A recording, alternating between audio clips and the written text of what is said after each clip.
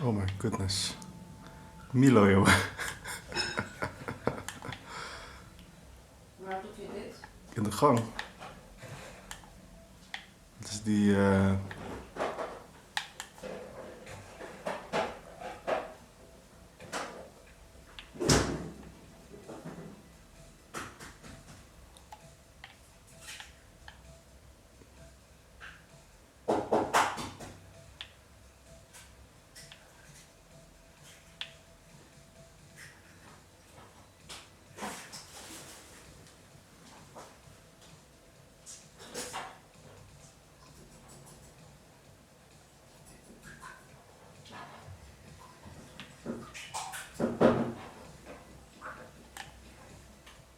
Oh my goodness.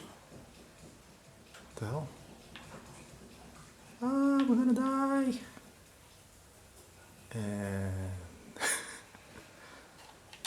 you died. Yes, I did.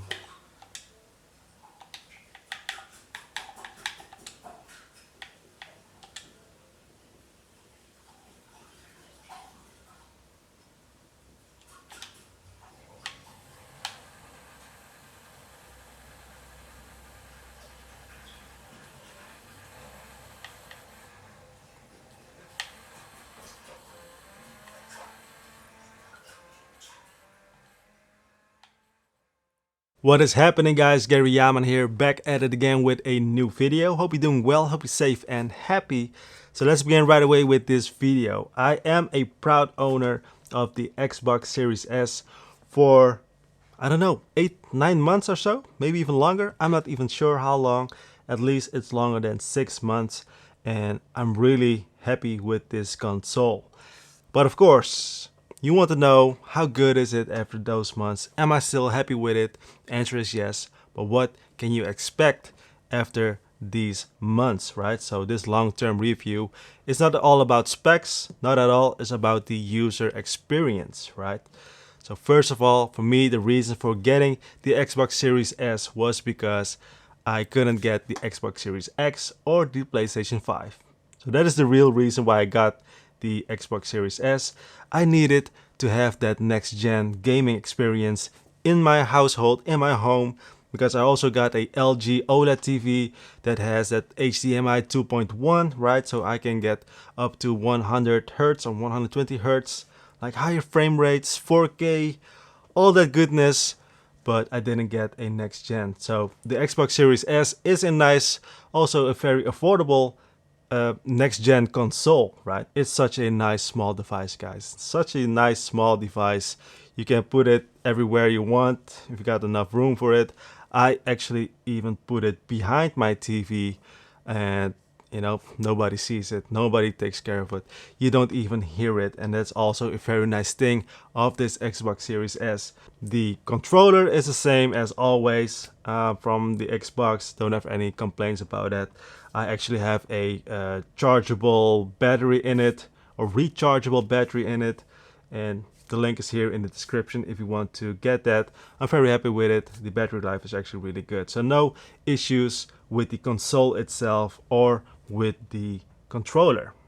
The experience in terms of gaming, right? Very important. So what do I mean with that? And that is you can instantly jump into games where you left off. And that is something that this Xbox Series S can do really well, but occasionally it crashes or freezes. It doesn't work really well all the time. I think in roughly, let's say, if you play it for 100 times per week, like 95 out of that 100 times it works flawlessly, no hiccups, no issues.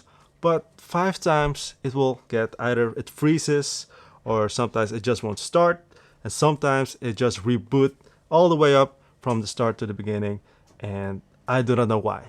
So that's really strange sometimes, and I think it's a little bit of a bug, not sure. But other than that, the whole gaming experience itself, how it feels, is very smooth, and I don't have any real hiccups or anything other than that starting kind of thing issue. What about Game Pass? Everybody's talking about that the Xbox Series S is the Game Pass console, right? You pay monthly for that service, and it's very affordable as well, and you get a lot of games, older games as well, but also newer games. And the game that I'm playing right now is I Am a Fish, or I Am Fish or something. It is something like a Finding Nemo type of game, but it is very frustrating as well. But I really enjoy that game. Very nice, very nice. So Game Pass is really nice to have, and I think it's a must-have if you got a Xbox Series S. And you can also play it on your mobile device if you really need to, and even play it or stream it on a laptop such as the MacBook that I have right now. So with that being said, guys, like, to wrap it up, and honestly, my honest opinion about the Xbox Series S, I think if you don't want to spend a lot of money, and if you are somebody that just plays occasionally games, but even if you are a hardcore gamer, you play each and every day of the week, still the Xbox Series S is a nice console, next gen console that is, for not a bunch of money. But there are also some downsides, and one of those downsides, as I mentioned, is that the console freezes or don't start up real properly. So the storage is a problem, or sometimes it is a problem if you want to play a lot of games. But if you play, like for instance, Call of Duty Warzone, you can only download that and then maybe one or two extra games, and that's it. That's it. That's all you can play. And if you want to download Call of Duty and you want to download Flight Simulator, that's it. Those two games, that's it. You cannot play anything else. So keep that in mind. There is a expansion storage, SSD and stuff like that, but the price point is very high. So then if you really want to upgrade your storage, go get yourself an Xbox Series X instead, because then you will actually save money, right? So those are the things, those are actually the two things that I don't really like about the Xbox Series S.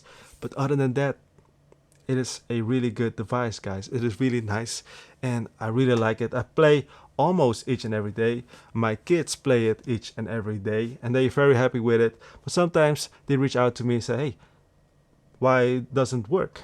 And I'm like, I do not know. I do not know. So keep that in mind. If you got the Xbox Series S, there is a chance, like sometimes, that the console itself will freeze or will not work. So just restart it, reboot it, and then you're good to go, right? Alright, that's all for this video. As always, stay safe, stay healthy, and I'll see you in the next one. Good luck.